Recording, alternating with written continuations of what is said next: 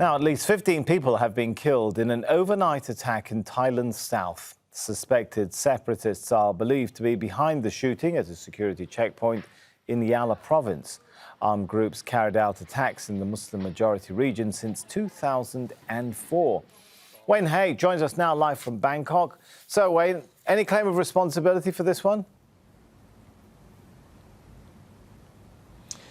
Sammy, no, not yet, and I think it's highly unlikely that we will get any claim of responsibility. We don't usually get them after these attacks in these three southernmost provinces of Thailand bordering Malaysia that happen fairly regularly. There are regular small bomb attacks, gun attacks, but it's fair to say that this one was one of the largest that we have seen in recent years, with 15 people killed, several more injured as well.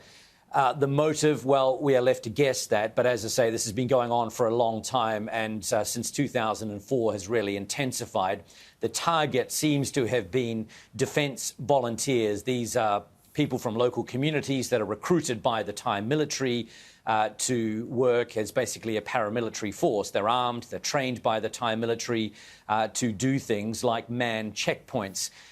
Many of them are Muslims, and yet they are still targeted by these armed Muslim groups because they are seen as traitors and symbols of the Thai state, which is the government that they are fighting against, which is, in Thailand, of course, a predominantly Buddhist country. So these Defence Force volunteers are often targets of these attacks by the separatist fighters.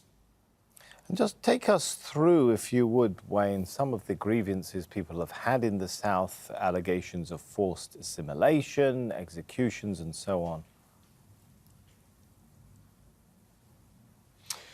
Yes, well, as I say, Sammy, this has been going on for a long time. These three southern provinces, including Yala, where this attack took place, were part of a Malay Sultanate until 1909, when the Thais annexed those three southern provinces. And ever since then, there have been complaints of forced assimilation, of the fact that their cultural and religious rights aren't respected. And that goes on until today. And it's a situation that really shows no sign of ending, even though respective Thai governments say that they have tried to resolve some of those differences. Since 2004, those attacks have really intensified. They've become much more coordinated and larger in nature. There are several groups operating there, and the largest one is called BRN, Barisan Revolusi Nasional, or the National Revolutionary Front. They are believed to be behind most of the violence in the Deep South. They say some of their motivation is torture, human rights abuses carried out by the military, which operates very much with impunity in those three southern provinces. One of the interesting things about the timing of this attack, and perhaps the motivation for it, is that when we have seen peace talks taking place over the last few years, the key faction within BRN has not been involved in those peace talks. They refuse to take part.